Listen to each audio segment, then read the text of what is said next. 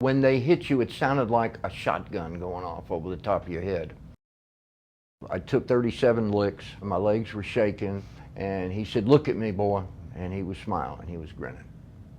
Alan Sexton is one of hundreds of men who say they were brutally punished while they were students at the Dozier School for Boys in Marianna, Florida. They were all taken here, into the building known as the White House, to receive their beatings. Citing economic reasons, the state shut down the school in 2011.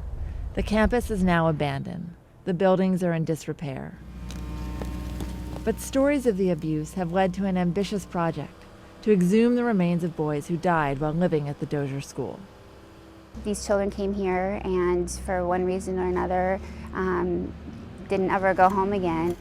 Erin Kimmerly is a forensic anthropologist who worked in the mass graves of Bosnia.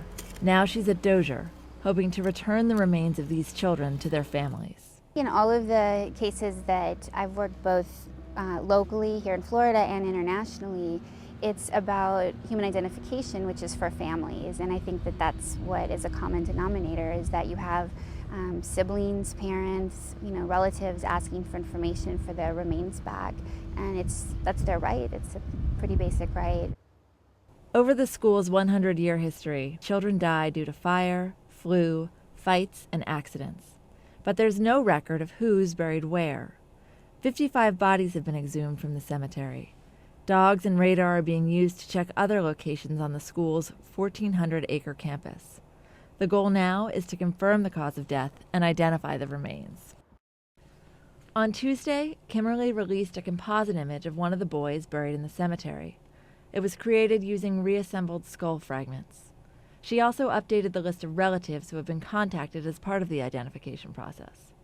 One of those is Priscilla Krause, whose brother died in a fight. He was stabbed many times. That has filtered down through the years, but the family evidently never received the body.